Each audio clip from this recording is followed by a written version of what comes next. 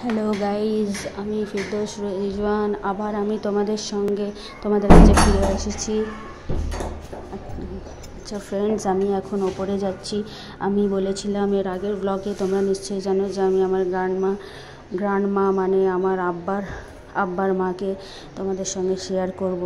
তো গাইজ, তোমরা তার 94 বছর বয়স, ঠিক আছে, বয়স হয়েছে, সবসময় অসুস্থ থাকে, আমার ওপরের তলায় থাকে। তো এখন আমাকে ডাকছে, কিন্তু একটা জিনিস আছে, আমি ওনাকে বলবো না যে আমি ভিডিও করছি, কারণ আগেকার মানুষ জানো তো, একটু অসুবিধে হতে পারে, ঠিক আছে। তো আমি জাস্ট আমার গ্র্যান্ডমাকে দেখানোর জন্যে আমি এই ব্লগটা শেয়ার করলাম। তো গাইজ, আমি ওপরে উঠছি, ঠিক আছে, উঠছি। ওনার সবসময় শরীর অসুস্থ থাকে, এই জন্য যখন অসুস্থ থাকে আমাকে তখন ডেকে পাঠাই। একটু আগেই কথা হয়েছে, রাত্রেবেলায় আমি উঠেছিলাম, ঠিক আছে গাইজ, আমি এসে গেছি। এটা আমার গ্রান্ডমার ঘর, ঠিক আছে। কোথায় গেলে?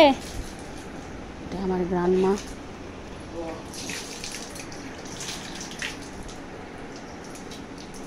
এখন আমি অজু করছে, শোয়ার আগে অজু করে।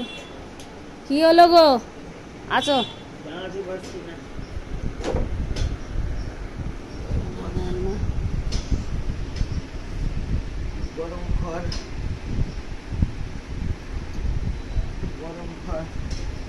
অনেক গরম পড়েছে, আজকে যাইনি। হাত ধরো, বসো। তুমি কিছু খেলে না কেন? কে ফোন করেছে?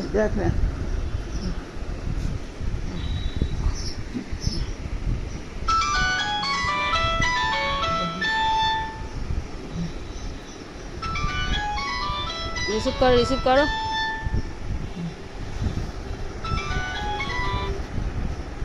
হ্যালো,